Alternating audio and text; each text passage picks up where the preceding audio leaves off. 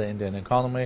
We think in the coming decade we can be speaking about a $10 trillion economy. जो इस वक्त मेरे सामने खबर है, India is $10 trillion economy in making, ये कहा है वर्ल्ड इकोनॉमिक फोरम के प्रेसिडेंट ने।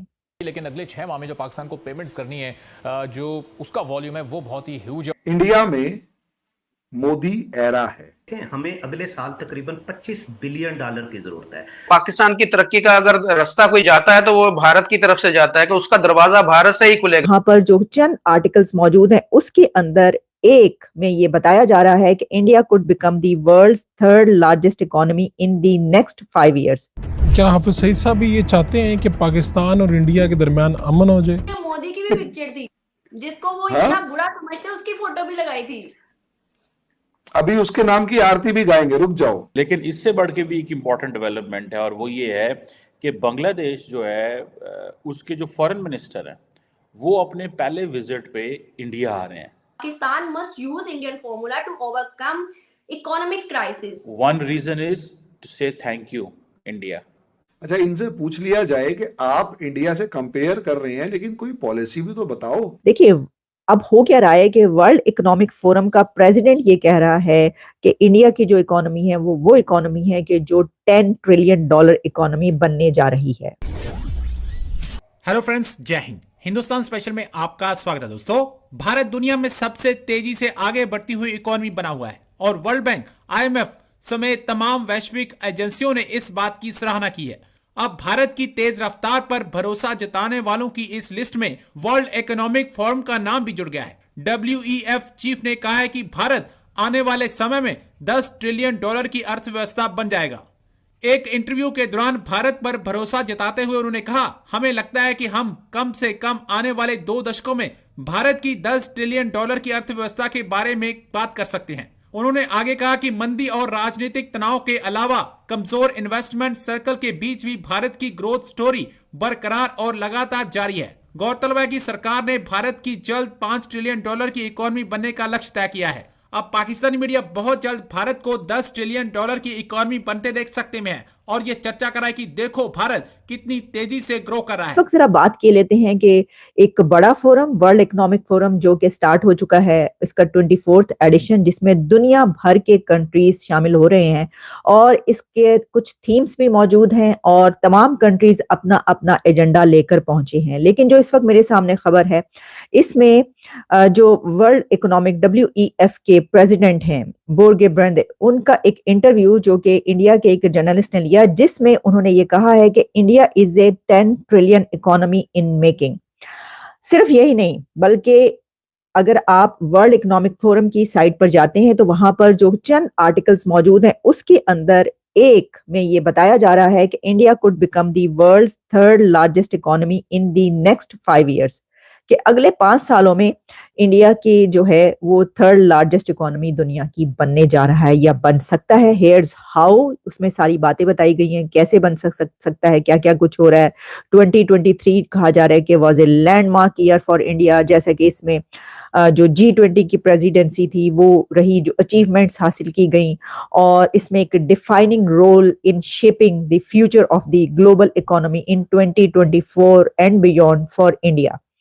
ये बात इसके अंदर की गई है और भी बहुत ज्यादा डिटेल्स हैं, सब पर हम बात करने बैठेंगे तो हम उसको कंप्लीट नहीं कर पाएंगे। लेकिन देखिए अब हो क्या रहा है कि वर्ल्ड इकोनॉमिक फोरम का प्रेसिडेंट ये कह रहा है कि इंडिया की जो इकोनॉमी है वो इकोनॉमी है कि जो $10 ट्रिलियन इकोनॉमी बनने जा रही है, और वहीं पर ये बताया जा रहा है कि थर्ड लार्जेस्ट इकोनॉमी जो है नेक्स्ट 5 years में इंडिया बन जाएगा।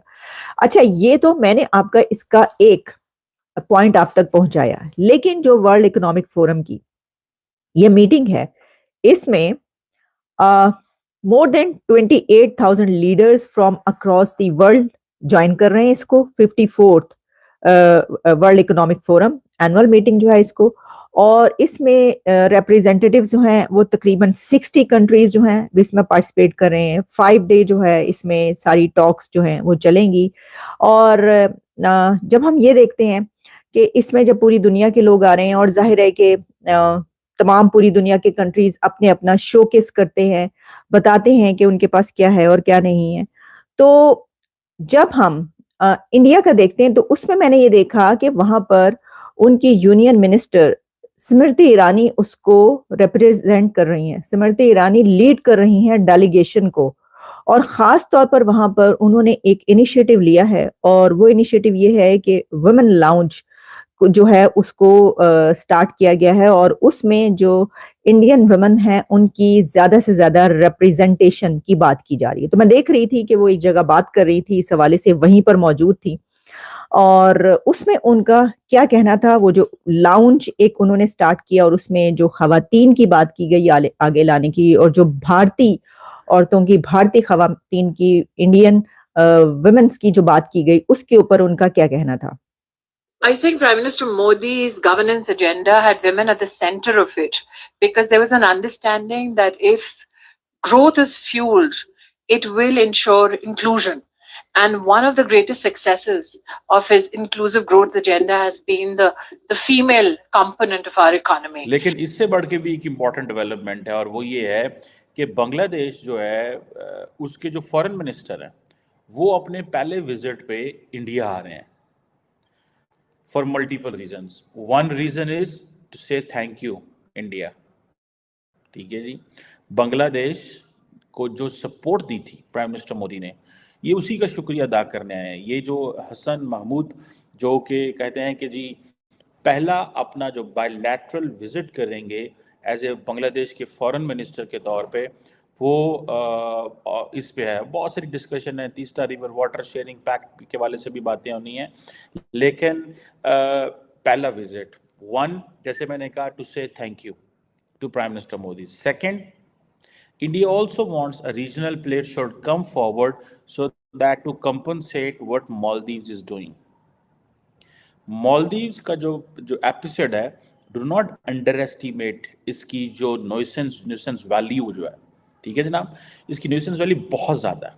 अब जिस तरह जो इंडिया का स्टेचर है, जिस तरह इंडिया अपने आप को दुनिया में प्रोजेक्ट कर रहा है, और जिस तरह इंडिया को दुनिया देख रही है, the way Maldives is treating being a small tiny country but a sovereign independent nation, ठीक है, it's a very challenging thing for India कि उन्होंने इसको कैसे करना है। So that is why ये जो है इंडिया ने भी उनको इनविटेशन भेजा है, ठीक है जी, पर्टिकुलरली, और ये जो इनविटेशन है ये बेसिकली जो ऑब्जर्वर रिसर्च फाउंडेशन जो है उसने भेजा है कि वो जो एनुअल एक होती है राइजीना डायलॉग होता है 21 से 23 फरवरी में, उस हवाले से।